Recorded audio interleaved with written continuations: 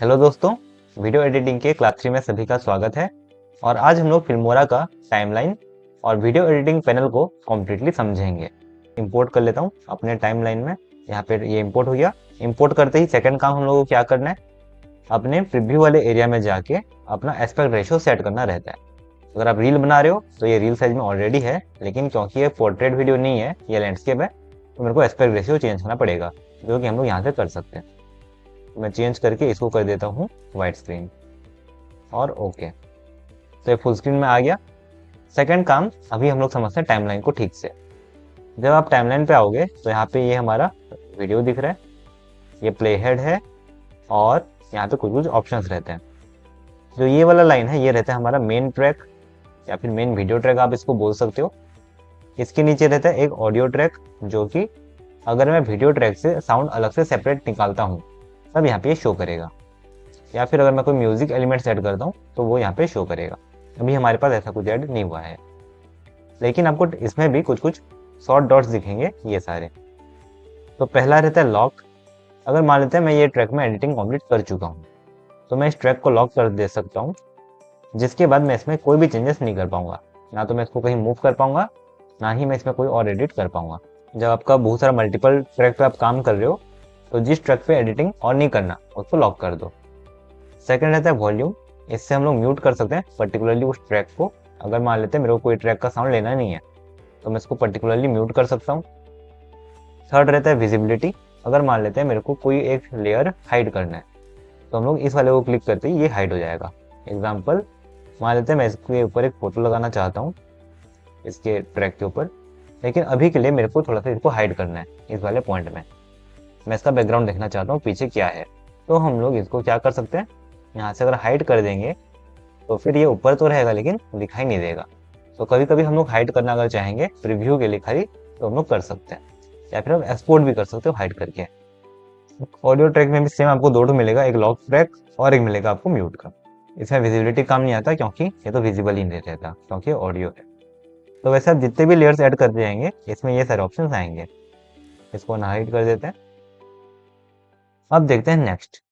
तो इसमें कुछ शॉर्टकट्स हैं टाइमलाइन को यूज करने के लिए। जैसे मान लेते हैं कि मेरे को इसको ट्रिम करना है स्टार्ट में से, तो उसके लिए शॉर्टकट रहता है ऑल्ट और जो हमारा स्क्वायर वाला है स्टार्ट वाला, वो अगर आप क्लिक करते हो तो ये कट हो जाएगा।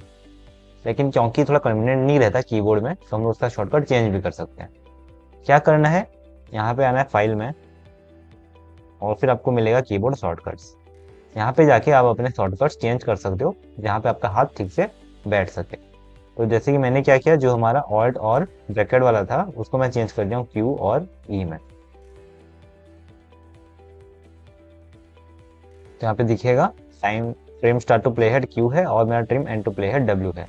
तो यहाँ से आप कोई सा भी शॉर्टकट चेंज कर सकते हो, जरूरी नहीं कि जो डिफॉल्ट दिया वही यूज करना है। तो यहाँ से चेंज कर लेना, इसको ओके करते हैं।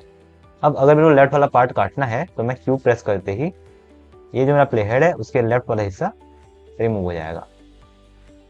सेम अगर मान लीजिए मेरे को राइट वाला हिस्सा कट करना है तो मैं क्लिक करूंगा डब्ल्यू पे, क्योंकि मैं शॉर्टकट चेंज कर रखा हूँ तो यहाँ पे मेरा ऐसा आता है। अगर आप फर्स्ट टाइम यूज कर रहे हो तो आपका रहेगा ऑल्ट और स्क्वायर वाला। अगर लेफ्ट साइड कट करना है तो ऑल्ट और स्टार्टिंग स्क्वायर, और अगर राइट साइड कट करना है तो alt plus ending of square. Next, अगर हम लोग को कोई भी ट्रैक को मूव करना हो टाइमलाइन के अंदर तो हम लोग उसको होल्ड करके ऐसे मूव कर सकते हैं। बस आपको होल्ड करना है, उसको मूव करते जाना है, चाहे वो कोई भी लेयर हो। तो ये हो गया हमारा बेसिक चीज। और अगर स्प्लिट करना हो कहीं से भी तो प्ले हेड में ही डायरेक्टली क्लिक करके हम लोग स्प्लिट कर सकते हैं, जिससे दो अलग अलग पार्ट हो जाएगा।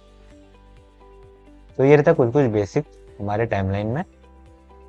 नेक्स्ट, अगर आपको मल्टीपल सेलेक्ट करना है तो आप कंट्रोल प्रेस करके मल्टीपल क्लिप भी एक साथ सेलेक्ट कर सकते हो, चाहे वो मेन ट्रैक का हो या फिर ओवरले ट्रैक का हो, एक साथ हम लोग उसको सिलेक्ट कर सकते हैं। अभी आ जाते हैं हमारे एडिटिंग वाले सेक्शन में। तो एडिटिंग सेक्शन कब एनेबल होगा, जब भी मैं टाइमलाइन में कोई भी ट्रैक सिलेक्ट करूंगा वीडियोस, तो यहाँ पे मेरा एडिटिंग पैनल ओपन हो जाता है। तो हम लोग एक एक करके ऑप्शन को समझते हैं। सबसे पहले आपका खुलेगा बेसिक वीडियो के अंदर। तो बेसिक में क्या रहता है, पहला रहता है ट्रांसफॉर्म। ट्रांसफॉर्म मतलब हम लोग इसे पोजीशन को चेंज कर सकते हैं। जैसे अभी तो ये मिडिल में अलाइन है, लेकिन मैं चाहता हूँ मिडिल में अलाइन ना रहे। यहाँ पे दो कोऑर्डिनेट दिया हुआ है, एक एक्स का और एक वाई का। पहला स्केल दिया हुआ है मतलब साइज, अगर मैं एक्स यहाँ पे लिंक्ड रहता है ये, अगर मैं एक्स को चेंज करूंगा तो वाई भी चेंज हो जाएगा। तो जैसे अभी मैं अगर इसके ऊपर क्लिक करूं और स्केल को डाउन कर दूं तो देखिए इसका साइज चेंज हो रहा है। अगर मान लें मेरा पर्टिकुलरली एक ही चीज को चेंज करना है, या तो एक्स कोऑर्डिनेट या फिर वाई कोऑर्डिनेट, तो वो भी हो सकता है। बस यहाँ से लॉक वाला बटन को हटा देना है। इसके बाद मैं पर्टिकुलर एक साइज को भी चेंज कर सकता हूँ। और अगर रीसेट करना हो तो यहाँ पे रीसेट का ऑप्शन आता है, जहाँ से हम लोग रीसेट कर सकते हैं। ये जो बटन दिया हुआ है ये की फ्रेम का रहता है, जो कि हम लोग आगे सीखने वाले हैं, अभी बस हम लोग बेसिक देख रहे हैं। नेक्स्ट आता है पोजीशन। पोजीशन क्या रहता है, अगर मेरे को इसको बिना स्केल चेंज के अप डाउन मूव करना है। हालांकि यहाँ से भी होता है रिव्यू सेक्शन से, ऐसे डायरेक्टली हम लोग कर सकते हैं, और स्केलिंग भी यहाँ से हो जाता है प्रीव्यू सेक्शन में। लेकिन अगर डिटेल में करना हो तो यहाँ से हम लोग कर सकते हैं। यहाँ पे आपको माउस जैसे ही आप यहाँ लोगे तो आपको कर्सर शो करेगा। अगर क्लिक करके मैं लेफ्ट की तरफ जाऊँ तो ये लेफ्ट की तरफ मूव करता है, क्लिक करके राइट की तरफ आऊँ तो राइट की तरफ आएगा। सेम वाई का भी है, अगर अप करना हो तो आपको आगे की तरफ लेना रहेगा, मतलब राइट की तरफ, और अगर डाउन करना हो तो लेफ्ट की तरफ ड्रैग करना रहेगा। इसको रीसेट कर देते हैं। यहाँ पे मैं क्लिक किया रीसेट हो गया, इसको भी क्लिक करूंगा रीसेट हो जाएगा, फिर रीसेट होके आ गया। नेक्स्ट है रोटेशन। रोटेशन के लिए भी आपके पास दो ऑप्शन है, या तो आप यहाँ पे अपना माउस लेके इसको रोटेट कर सकते हो, या फिर यहाँ पे एक छोटा सा जो दिया हुआ है इसको भी घुमा सकते हैं, या फिर यहाँ पे डायरेक्टली नंबर टाइप कर सकते हैं। जैसे अगर मैं इसको 90 टाइप करूँ तो 90 डिग्री में अपना घूम जाएगा। तो मल्टीपल ऑप्शंस रहते हैं, आप कोई सब यूज करके इसको रोटेट कर सकते हो। नेक्स्ट है फ्लिप। अगर आपको हॉरिजॉन्टली फ्लिप करना हो तो ये काम आता है, और अगर वर्टिकली फ्लिप करना हो तो ये काम आता है। अगर आपको घुमाना हो 90 डिग्री एक बार में एंटी क्लॉकवाइज तो ये काम आएगा, और क्लॉकवाइज घुमाना हो तो ये काम है। अभी आता है कॉम्पोजिटिंग, जिसमें हमारा दो रहेगा, एक रहता है ब्लेंड मोड्स और एक रहता है ओपासिटी। ब्लेंड मोड क्या है, जब हम लोग एक के ऊपर एक लेयर रखते हैं तो कुछ कुछ सेटिंग रहता है जिससे हम लोग दोनों लेयर को आपस में मिला पाएंगे। तो इसके लिए भी एक एग्जांपल लेते हैं। पहले मैं एक लेयर ले आता हूँ जो कि मैं इसके ऊपर ऐड करूंगा और ब्लेंडिंग शो करूंगा। तो मोस्टली ब्लेंडिंग मोड में तो बहुत सारे हैं, लेकिन दो ठो ज़्यादा यूज होता है। एक रहता है हमारा मल्टीप्लाई और एक रहता है स्क्रीन। तो उसके हिसाब से मैं दो एलिमेंट ले आता हूँ। तो अभी मेरे पास दो एलिमेंट आ चुके हैं। पहले देखते हैं ब्लैक स्क्रीन को ऐसे रिमूव करना है। तो ब्लैक स्क्रीन वाला एलिमेंट को मैं क्लिक किया, यहाँ पे जाऊँगा ब्लेंड मोड्स, जो नॉर्मल है उसको चेंज कर दूंगा। यहाँ पे रहता है स्क्रीन। जैसे आप देखोगे स्क्रीन में चेंज करते ही इसका क्या हुआ, जितना भी बैकग्राउंड था पूरा पूरा रिमूव हो गया। तो ब्लेंड मोड ऐसे ही काम आता है, लेकिन अगर स्क्रीन के बदले कुछ और लूँ तो ये ठीक से काम नहीं करेगा।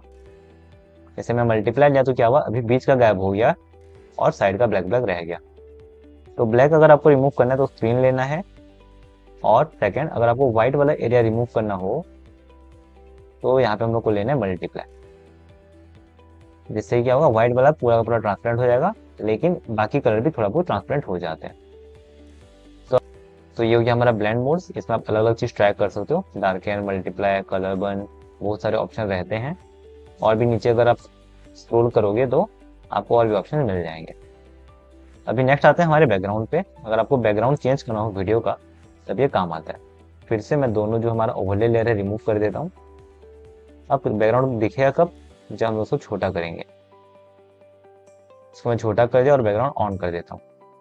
जैसे कि यहाँ पे दो ऑप्शन रहता है, या तो हम लोग जो मेन हमारा वीडियो है उसी को ब्लर करके बैकग्राउंड में लगा सकते हैं, या फिर यहाँ पे हमारा लेवल ऑफ ब्लरनेस भी रहता है एडजस्ट करने का।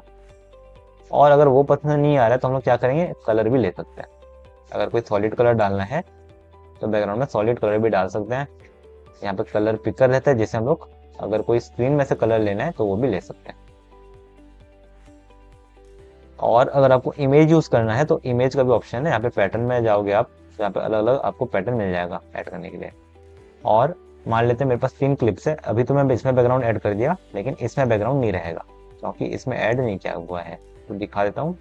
अगर मैं इसको स्केल डाउन करूँ तो यहाँ पे आपको बैकग्राउंड नहीं दिखेगा, लेकिन अगर मैं यहाँ जाके अप्लाई टू ऑल कर दूँ बैकग्राउंड तो हमारे फर्स्ट वाले में भी आ जाएगा।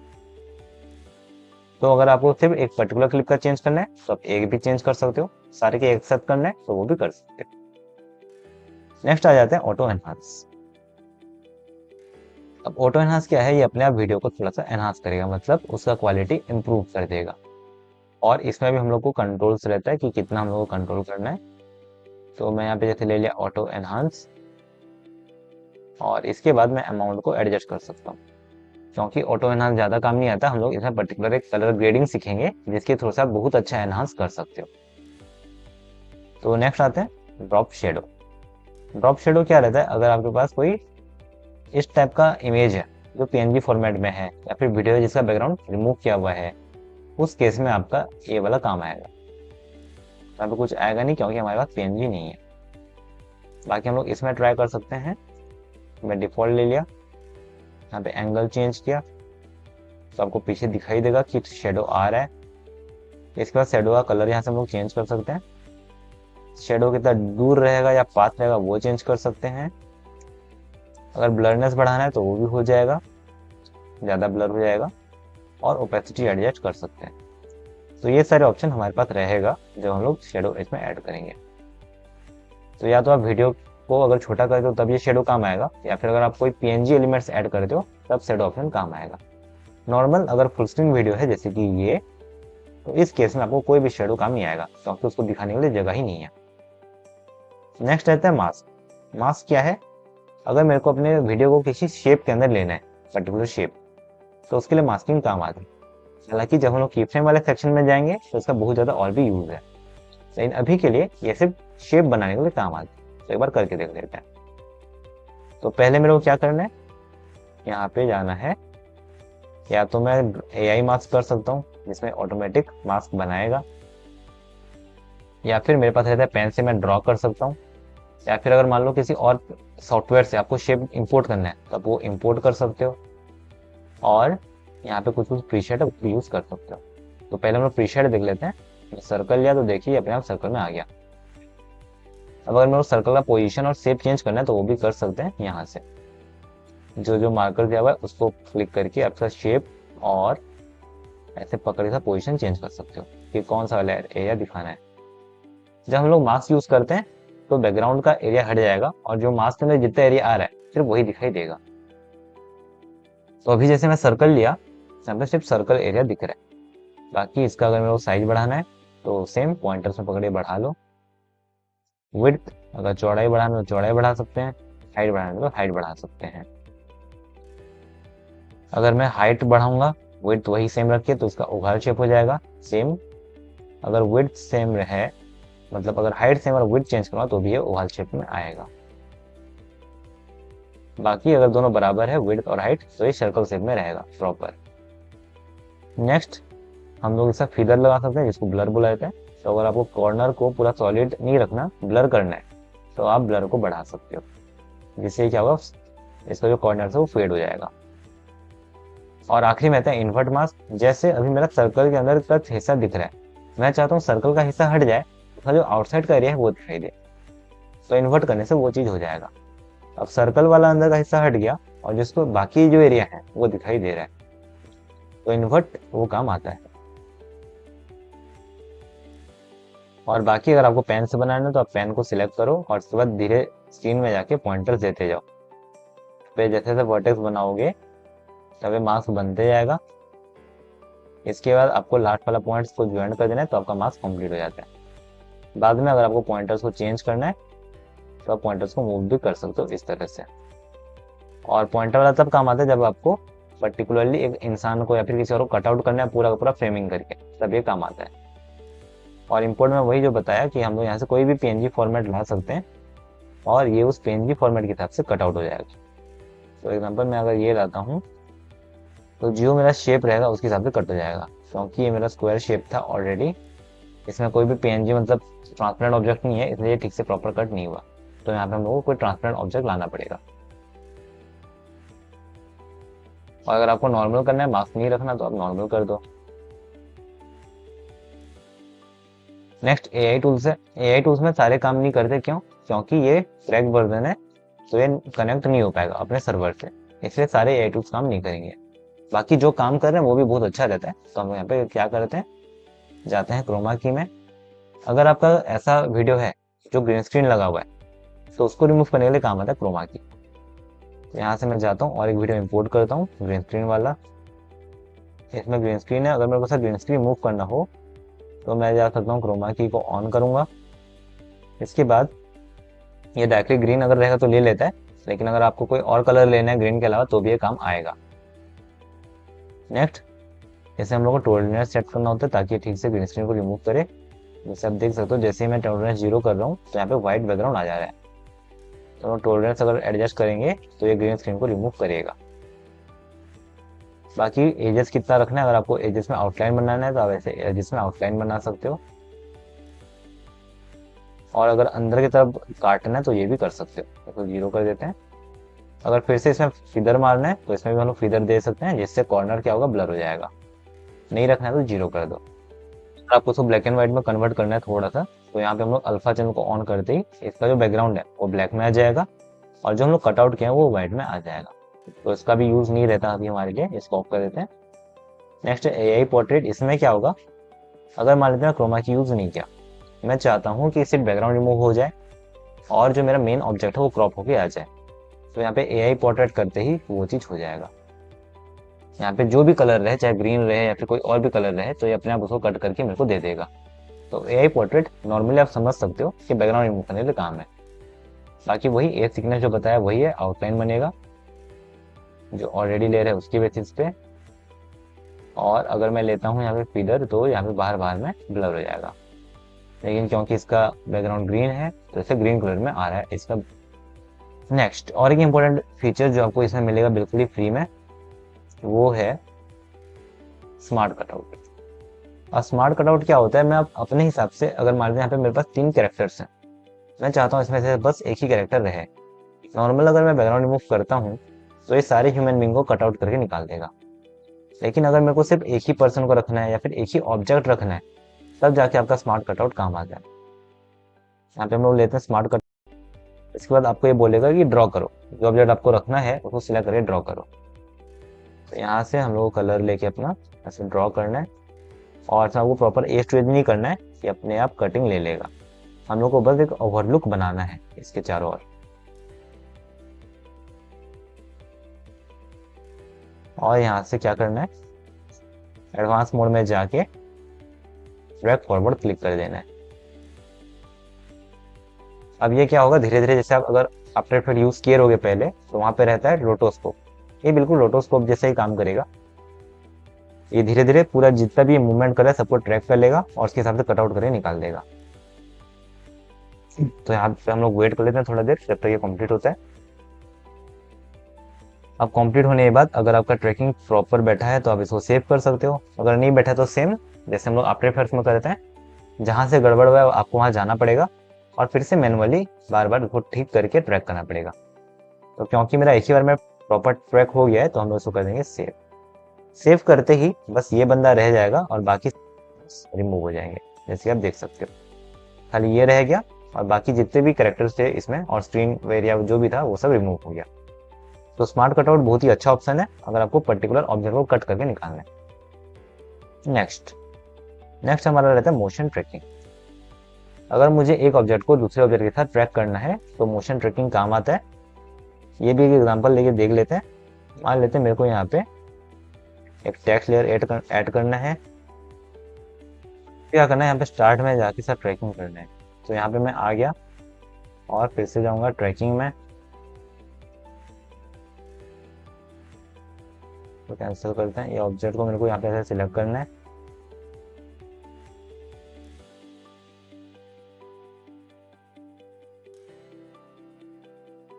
तो फेस को स्टार्ट कर दिया और यहाँ पे मोशन ट्रैक कर देता हूँ।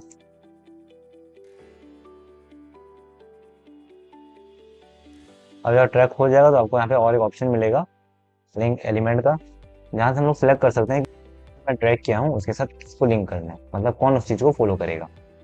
तो हमारे पास रहता है डिफॉल्ट टाइटल जो मैं ऑलरेडी ऐड किया था अभी, उसको मैं कर सकता हूँ, या फिर कोई और ऑब्जेक्ट अगर लाना है तो वो कर सकते हैं, या फिर एक मोज़ेक ऐड कर सकते हैं। तो अभी के लिए हम लोग ले लेते हैं डिफॉल्ट टाइटल। ट्रैकिंग के बाद हमारे पास जो ऑप्शन रहता है वो रहता है, अगर मान लेते हैं मेरा वीडियो बहुत ज़्यादा हिल रहा है, उसको स्टेबलाइज करना है तो ये काम आता है, लेकिन उतना ज़्यादा काम नहीं आता क्योंकि ये कभी कभी बहुत ज़्यादा और हिला देता है। नहीं हिलने वाला वीडियो को भी स्टेबलाइज करने के चक्कर में हिला देता है, तो इसका यूज होता है हमारे यहाँ। लेंस करेक्शन, अगर आपको थोड़ा सा कोई इफेक्ट डालना है लेंस वाला, तो फिर आप कैमरा इफेक्ट डाल सकते हो, जिससे ये उसके हिसाब से एडजस्ट हो जाएगा। हालांकि ये भी उतना काम का नहीं रहता, तो इसको भी छोड़ देते हैं। और जो वीडियो के अंदर और एक आखिरी है वो है एनिमेशन। एनिमेशन बहुत ही सिंपल है। अगर आप चाहते हो एंट्री टाइम एनिमेशन रहे, इन animation, out animation, custom animation लगाना चाहते हो तो ये काम आता है। एग्जाम्पल, अगर मैं इसको लूँ फेड इन, तो मतलब तो उस केस में ऐसे फेड हो गया आएगा, मतलब थोड़ा सा ब्लैक हो गया फिर व्हाइट होगा। डबल क्लिक लगने से अप्लाई होता है। तो एग्जाम्पल मैं ऐसे अगर प्ले, तो ये रहता है फेड। ऐसे आपके पास अलग अलग ऑप्शंस हैं, आप zoom, zoom in, zoom out जो भी ले सकते हो। और अगर आउट के लिए लेना है तो यहाँ पे प्रीसेट एनिमेशन में जाके हम उसको चेंज कर सकते हैं। जैसे मैं ले लिया प्रोसेट मोशंस लीगेसी, यहाँ पे और भी बहुत सारे एनिमेशन आ जाएंगे। अप्लाई करने के बाद आपको जाना है डबल और अप्लाई हो जाएगा। अगर आपको एनिमेशन का ड्यूरेशन चेंज करना है तो उसका टाइमर यहाँ पे रहता है, जो कि की फ्रेम पोजिशन में आएगा। यहाँ से मैं ड्यूरेशन को आगे पीछे कर सकता हूँ। और एक खास चीज़, अगर आपको स्टार्ट में नहीं लगाना, एंड में लगाना है, तो सेम चीज़ आप कर सकते हो, इस की फ्रेम को चेंज करके लास्ट में ले जाओ। तो अब ये क्या होगा, उल्टा हो जाएगा। जो फेड होके आ रहा था उसकी जगह वो फेड होके जाएगा। ऑडियो में भी आपको ढेर सारा ऑप्शन मिल जाएगा, जैसे एडजस्टमेंट है, कितना आपको वॉल्यूम रखना है वो सेट कर सकते हो। ऑडियो नॉर्मलाइजेशन रहता है। फेड इन, अगर मैं स्टार्टिंग में चाहता हूँ कि वॉल्यूम पूरा 100% में प्ले ना हो, पहले थोड़ा कम रहे, उसका धीरे धीरे अपने फुल लेवल तक पहुंचे, तो हम लोग फेड इन डाल सकते हैं जितना हम लोग का ड्यूरेशन का डालना चाहें। सेम रहता है फेड आउट, कि जब आखिरी में ऑडियो एंड हो रहा है तो एक ही बार में 0 ना जाए, बल्कि पहले 100 में रहे और धीरे धीरे होते हुए ड्रॉप होते हुए 0 में पहुंचे, तो हम लोग फेड आउट यूज कर सकते हैं। अगर आपको अपना पिच चेंज करना है तो यहाँ पे वो रहता है। ऑडियो डकिंग, वो भी आप एडजस्ट कर सकते हो। प्लस अगर आपको इक्वलाइजर यूज करना है, जैसे हम लोग मोबाइल का म्यूजिक प्लेयर में करते हैं, तो हम लोग इक्वलाइजर भी यूज कर सकते हैं।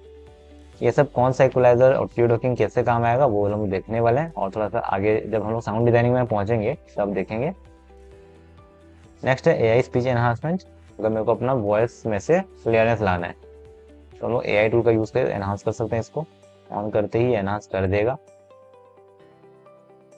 सेकंड, अगर आपको विंड का साउंड रिमूव करना है तो ये भी ऑप्शन रहता है। डिनॉइज का ऑप्शन है हमारे पास, और कितना लेवल तक डिनॉइज करना है वो भी कर सकते हैं। नेक्स्ट, अगर आपके ऑडियो में रिवर्ब है, मतलब साउंड इको हो रहा है, उसको कैंसिल करना है, तो वो भी ऑप्शन है डी रिवर्ब। जैसे हम लोग कभी कभी बात करते थे फीलिंग वर्ड्स यूज करते हैं, तो उसको अगर रिमूव करना है तो ये ऑप्शन है, इसे हम लोग रिमूव कर सकते हैं। और अगर वैसे ही हमारा अगर जो सांस ले रहे हैं उसका वॉइस आ रहा है तो हिस रिमूवल काम आता है उसके लिए। तो हमारे पास साउंड में भी लगभग बहुत सारे ऑप्शंस आपको मिल जाएंगे अपना साउंड को अच्छा बनाने के लिए। नेक्स्ट है कलर। कलर मतलब कलर ग्रेडिंग है। पहला जो है वो है प्रीसेट्स। अगर मेरे को ऑलरेडी कोई प्रीसेट लेना है जो ऑलरेडी मतलब फिल्टर बना हुआ है वो यूज करना है, जैसे एग्जांपल है पिंक वाला फिल्टर बना हुआ है, इसको क्लिक करते ही मेरा पूरा क्लिप में पिंक कलर आ जाएगा। वैसे जैसे विजनेट है तो ब्लैक ब्लैक एरिया आ जाएगा साइड में। तो ये प्रीसेट रहता है जो हम लोग यूज कर सकते हैं। और अगर खुद का बनाना हो तो हम लोग को टेम्परेचर, टिंट, वाइब्रेंस ये सब एडजस्ट करना रहेगा, जो हम लोग कलर ग्रेडिंग वाले सेक्शन में सीखेंगे, क्योंकि डिटेल वाला है इसलिए सेपरेट आपका वीडियो रहेगा। लट क्या रहता है, अगर ऑलरेडी कोई और प्रीसेट बना रखा है तो उसको आप यूज कर सकते हो। जैसे एग्जांपल, अगर मैं ऑलरेडी एडजस्टमेंट अपने वीडियो में पहले से बना रखा हूँ, अब वो आपके साथ शेयर करूंगा तो आप लट के थ्रू से यूज कर पाओगे। अगर आपको अपने वीडियो का स्पीड को चेंज करना है, जैसे अगर दुगना स्पीड करना है या फिर स्लो मोशन में रखना है, तो उसके लिए काम आता है स्पीड। इसमें भी दो तरीके का है, एक है नॉर्मल मतलब यूनिफॉर्म। एग्जांपल, जैसे अगर मैं इसको 2 स्पीड कर दूं तो ये दुगना स्पीड में चलेगा, अगर मैं इसको 2 कर दूं और ड्यूरेशन आधा हो जाएगा। लेकिन अगर मैं चाहता हूँ कि कुछ पार्ट स्लो हो, कुछ पार्ट फास्ट हो, तो उसके लिए काम आता है स्पीड रैंपिंग, जहाँ पे हम लोग कस्टमाइज कर सकते हैं अपने स्पीड को। तो अगर मैं स्पीड रैंपिंग में कुछ प्रीसेट है ऑलरेडी, जैसे एग्जांपल अगर मैं मॉन्टेज लूँ तो वीडियो क्या होगा, पहले थोड़ा सा स्पीड जाएगा, फिर स्लो होगा, फिर स्पीड होगा और नॉर्मल में आएगा। तो उस टाइप का इफेक्ट बनने वाला है। ये कुछ प्रीसेट्स हैं जो हम लोग यूज कर सकते हैं। और अगर आपको खुद का रैम बनाना हो तो आप कस्टमाइज में जाके आपको इन पॉइंटर्स को एडजस्ट करना है, जिससे आप खुद का रैम बना पाओगे। बाय डिफॉल्ट 3 ही पॉइंट देता है, लेकिन अगर और भी ऐड करना है तो हम लोग ऐड कर सकते हैं। ब्लैंक वाले एरिया में जाके अगर मैं प्लस क्लिक करूँ, यहाँ पे और भी पॉइंटर्स ऐड हो जाएंगे जिसको मैं यूज कर सकता हूँ। और अगर कोई पॉइंटर्स आपको तो यहाँ पे आपको बस जाना है ब्लैक माइनस में और ये हट जाएगा। तो जो हमारा एडिटिंग पैनल रहता है इसमें बेसिक में इतने ऑप्शन रहते हैं, और भी ऑप्शन हैं जैसे की फ्रेम हो गया, और कलर ग्रेडिंग तो हम लोग सीखने वाले हैं, साउंड डिजाइनिंग भी सीखेंगे। और अगर हम लोग वीडियो को कोई सिलेक्ट करते हैं तो हमारे पास एडिटिंग पैनल में लगभग इतने ऑप्शंस हैं। तो उम्मीद करता हूँ ये वीडियो आपको हेल्पफुल लगा होगा। मिलते हैं नेक्स्ट वीडियो में जहाँ पे हम लोग सीखेंगे ओवरले ट्रैक में क्या क्या ऑप्शन रहते हैं।